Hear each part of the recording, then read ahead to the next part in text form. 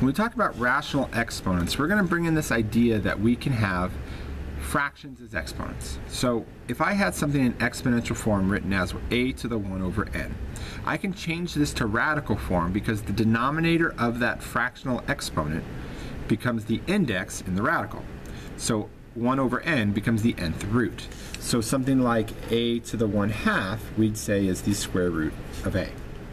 Now we can also have m over n. Maybe you have a fraction that's not 1 as the numerator.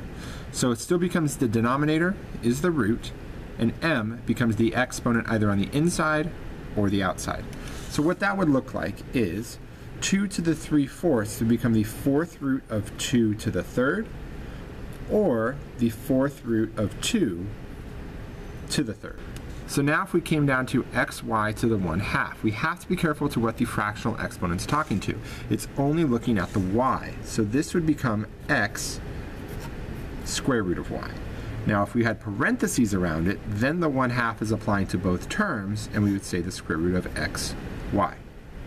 Careful using the parentheses as we change to radical form and simplify, and we'll see these as we go through.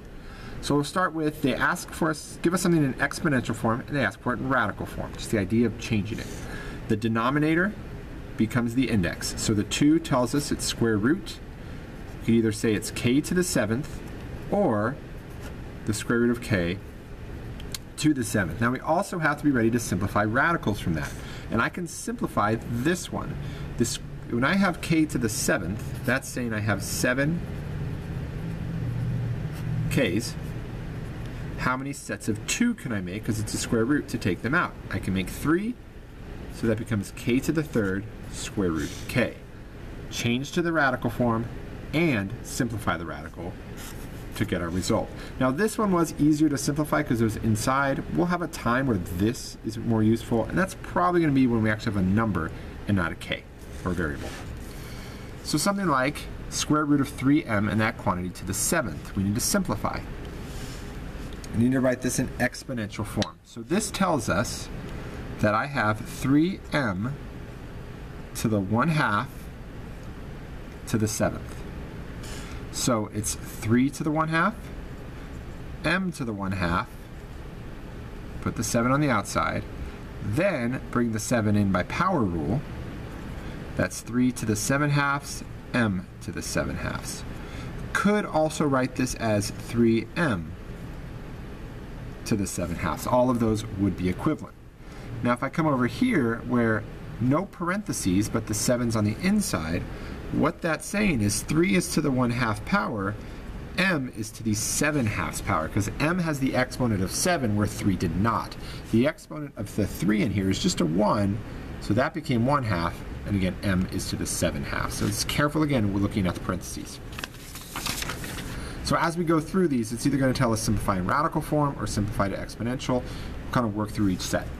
So 7 times 12x to the 1/2. This becomes 7 square root of 12x. I can simplify the square root of 12. It's 4 times 3, which gives me a set of 2's. So that's 7 times 2 square root of 3x. And that becomes 14 square root of 3x. And that is the simplified version in radical form. The next one, I'll just work my way down, x to the 1/4 times x to the 3/2. This is going to be a product rule. So I'm going to add the exponents. I got 1/4 plus 3/2. Now that becomes 1/4 plus 6/4 when I get matching denominators. And that becomes x to the 7/4. Now I need to get that in radical form. So this becomes, it's a 4th root of x to the 7th.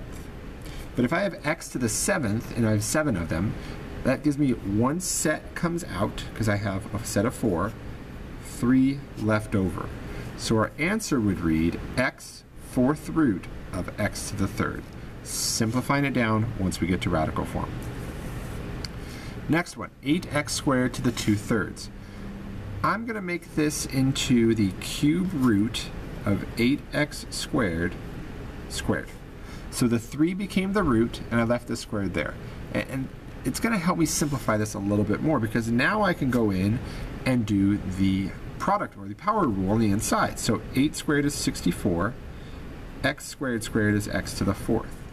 Now 64 is 16 times 4, which gives me 3 4s. So a 4 is going to come out.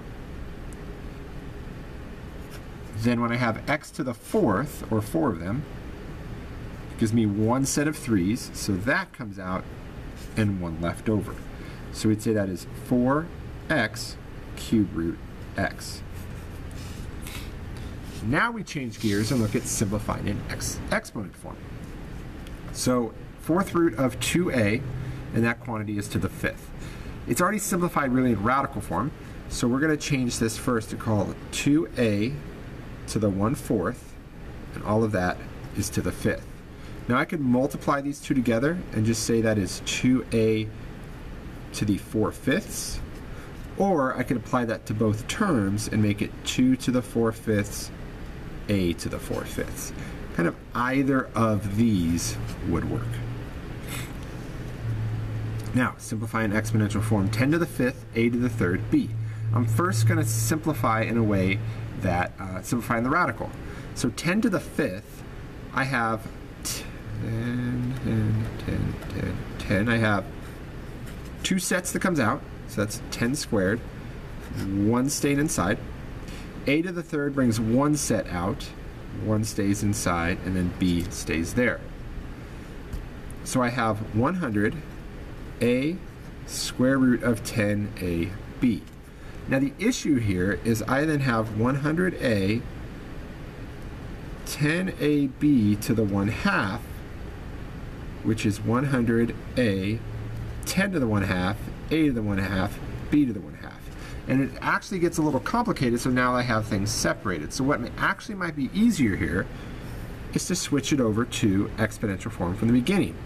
It becomes 10 to the 5th, a to the 3rd, b, all to the 1/2. Then by using power rule, I have 10 to the 5/2, a to the 3/2, b to the 1/2. And we kind of see there, it's not the most simplified version. This radical form, kind of what we did over here, kind of solves it easier, gets us a better idea, but we also have to understand how we can get back to the exponential form in this case. Not the neatest. I would rather get down to a value here, but that's going to clean it up in exponential form. Okay, now we have 16 over the 4th root of 16 to the 3rd. Well, let's look at the 4th root of 16 to the 3rd a little bit more. Now, that is 16 to the 3/4. So I could say I have 16 over 16 to the 3/4. By using the quotient rule, I would subtract 1 minus 3/4, which would be 16 to the 1/4 as an answer. That might work. Let's look at it a little bit more. If I did the 4th root of 16 to the 3rd, 16 is 2 to the 4th. To the 3rd, that gives me 2 to the 12th. Now that takes out 3 sets. So this becomes 2 to the 3rd. So our original statement, I should make sure I'm on screen, becomes 16 over 2 to the 3rd, which is 16 over 8. We get an answer of 2.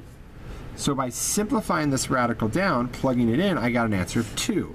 Well, up here I still have 16 to the 1/4, but is that really the answer I have? Are these things the same thing? Jumping back to radical form, 16 to the 1/4 becomes 4th root of 16. 16 has 4 2's in it, so this actually also comes out to be a 2. And what's important there, what I want you to see is, even though you get an exponent here that looks simplified, 16 to the 1/4, you do, or you may have to go back to radical form to simplify down. You need to be able to get to an answer of 2 there. Using our different rules that we've seen will get you there. It's just making sure we're following the rules correctly and simplifying entirely.